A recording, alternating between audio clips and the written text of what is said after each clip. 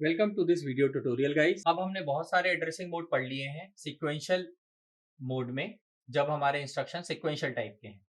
Sequential instructions के अंदर आखिरी जो एड्रेसिंग मोड है वो है आपका relative base plus index addressing mode.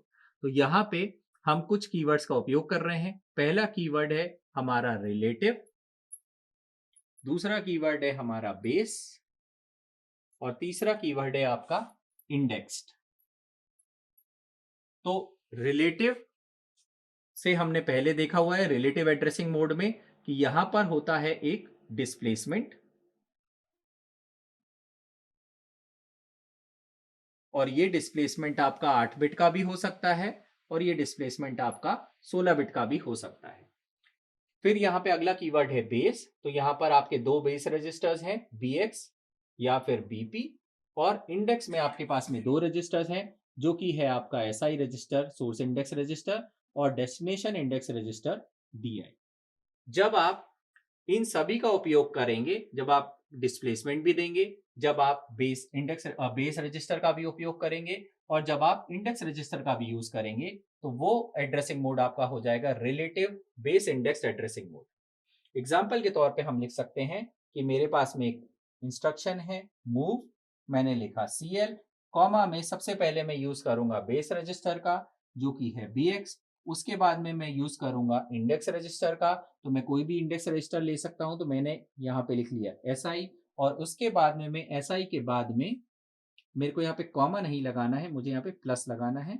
तो मैं बी एक्स के बाद लिखूंगा प्लस एस आई, और यहाँ पे मैं एस आई के बाद लिखूंगा जो भी मेरा डिस्प्लेसमेंट है। तो मैं एक डिस्प्लेसमेंट अज्यूम कर लेता हूँ, लेट से 37। तो आपका जो कंप्लीट ऑफसेट एड्रेस है वो आपका हो जाएगा बी एक्स के अंदर जो भी वैल्यू है प्लस एस आई में जो भी वैल्यू है प्लस यहाँ पे एक डिस्प्लेसमेंट मैंने दिया हुआ है 37। बिल्कुल अपन इसे एग्जाम्पल से समझ सकते हैं। तो बी एक्स के अंदर मैं वैल्यू अज्यूम कर लेता हूं कि वैल्यू है 1002। एसआई के अंदर मैं वैल्यू अज्यूम कर लेता हूं लेट से 200A, और इसके बाद में फिर मेरे पास में जो यहाँ पे डिस्प्लेसमेंट है वो है आपका 37। तो अब आप इन तीनों को सम कर देंगे और जो रिजल्ट आएगा वो रिजल्ट होगा आपका फाइनल ऑफसेट एड्रेस। तो इसको ऐड करके देख लेते हैं अपन। ए और 2 हो जाएगा आपका सी, और सी में अपने को जोड़ना है 7।